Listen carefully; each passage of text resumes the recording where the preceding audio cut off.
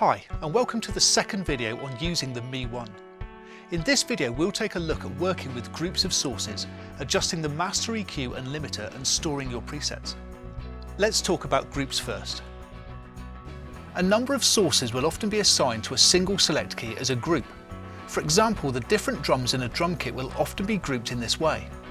This allows you to change the levels of the complete group at once, much like you would do with a single source. You can also mute or solo the group. Once you're familiar with the basic operation of your ME-1, you might want to adjust the levels of particular sources within a group. For example, you might find that you have too much snare drum. So I press group to enter group mode. You will notice that the key starts flashing. If I turn the rotary control, I can scroll through the members in the group. In this case, it's all the drum mics in the drum kit. Here's the source I want to change, so I press to select it. Then I can turn the rotary to adjust its level. If I want to adjust the pan for the source, I keep the rotary pressed and turn. OK, now I've made my changes, I press group again to exit. Let's look at the master EQ next.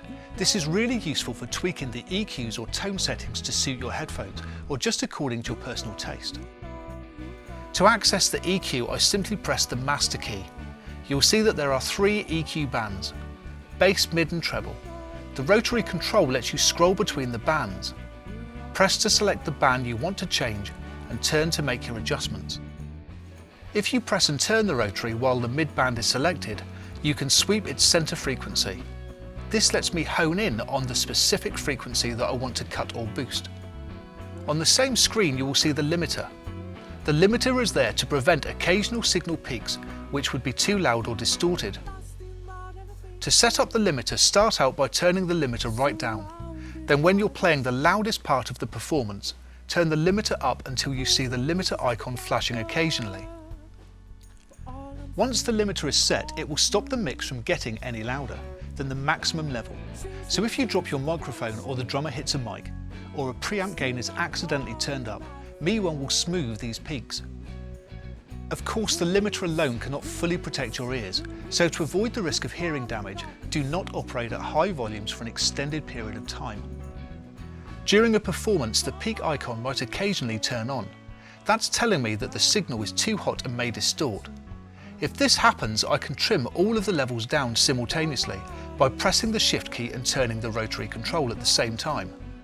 Equally, this feature can be useful for bringing up a mix with low meter reading. Trim All is also helpful when you're in group edit mode. In this case, Trim All lets me adjust the levels of all the members of that group, but it doesn't affect other sources. Once you're getting a great mix, you will want to save it for future use. You can save a snapshot of all levels, pans and mute settings to a preset. You can store up to 16 different presets, so typically a performer might have different presets for certain songs. To store a preset, hold Shift and press the recall key. Any select keys that are available for storage will start flashing. Press the one you want to save the preset to, and the screen will display the preset number and name. Press the key again to overwrite the preset with the current settings, or select Edit to give it a custom name. When you want to recall a preset, hold down the recall key. As you can see, selected keys with a stored preset will start flashing, and a steady light indicates the last recalled preset. If I press a select key, the screen will display the preset name. If I press again, I am confirming the recall. You should be aware that the engineer or installer may have set the ME-1 to prevent performers from saving and recalling presets. So if you're unable to access presets, that is probably why. The last feature to cover is standby mode. This is particularly useful if you need to leave your ME-1 unaccompanied for a few minutes. To go into standby mode, hold Shift and press Mute. This disables the controls and mutes the output.